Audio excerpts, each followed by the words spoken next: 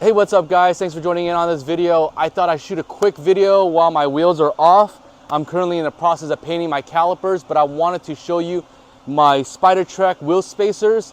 Haven't really got the wheels off in a while and did a video, so I want to go ahead and do an in-depth view of the Spidertrax, why I chose this route, what are the benefits, what are the cons. Let's go take a look. Now again, I'm prepping the wheels here. This is the Spidertrax. It is a 1.25 spacer. That's the thickness here. A lot of people don't recommend running spacers because you're adding a bolt onto a bolt. It's just another part to the vehicle that doesn't add to the performance. But I love the way it looks. I love the wider stance. That 1.5 inches on each side really makes a nice wider grip for me. Again, I love this. It's by preference. I've had this on my other vehicle for 3 years. It's been great. After that vehicle wrecked, I went ahead and pretty much swapped it onto this one. So this is how it looks. This is about 4 years old now. It still looks great. Still performs great. Again, I love the wide stance of it. Once I put the wheels back on, I'm going to go ahead and show you how it looks. You can kind of see it as well through the rear view mirror.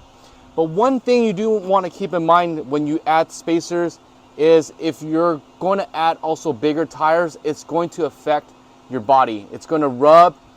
That's why I got a BMC done here. This has been tucked in so that it allows for the clearance of a larger tire. Another thing to again compensate is once you put the spacers on, if you're already rubbing, you're going to rub even more because you're going to have a wider stance.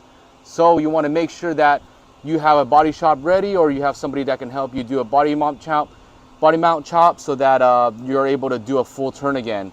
That is the only negativity that I feel about spacers. I love the wider turn again. I love the look of it. I definitely recommend it. Just go for it. Hey, it also matches the King setup that I got. So I hope this video helps you guys out. I'll put a link below in case you guys are interested in the Spidertrax spacers. Now let's take a closer look with the tires on. Now I'm running Nittos. These are the 285/70/17s. These are the Rich Grapplers. Now, as you can see, the camera's lined up against the body. You see a bit of an extension out from the tires. Love that extra clearance. Now the snorkel's in the way, but the rear tire is even more noticeable.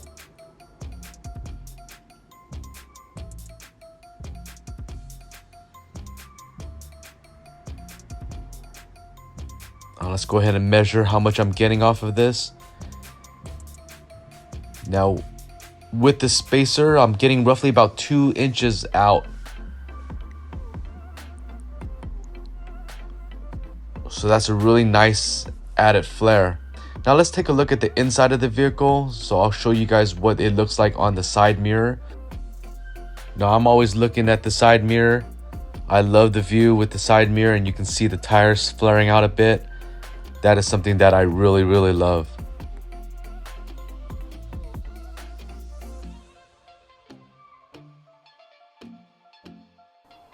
Hey guys, thanks for checking out the video. Hope you guys found this video helpful in kind of seeing what the Spidertrax spacers look like, different perspective, my thoughts on this. Again, thanks for watching the video. Make sure you guys hit subscribe if you guys haven't already. Really appreciate the support.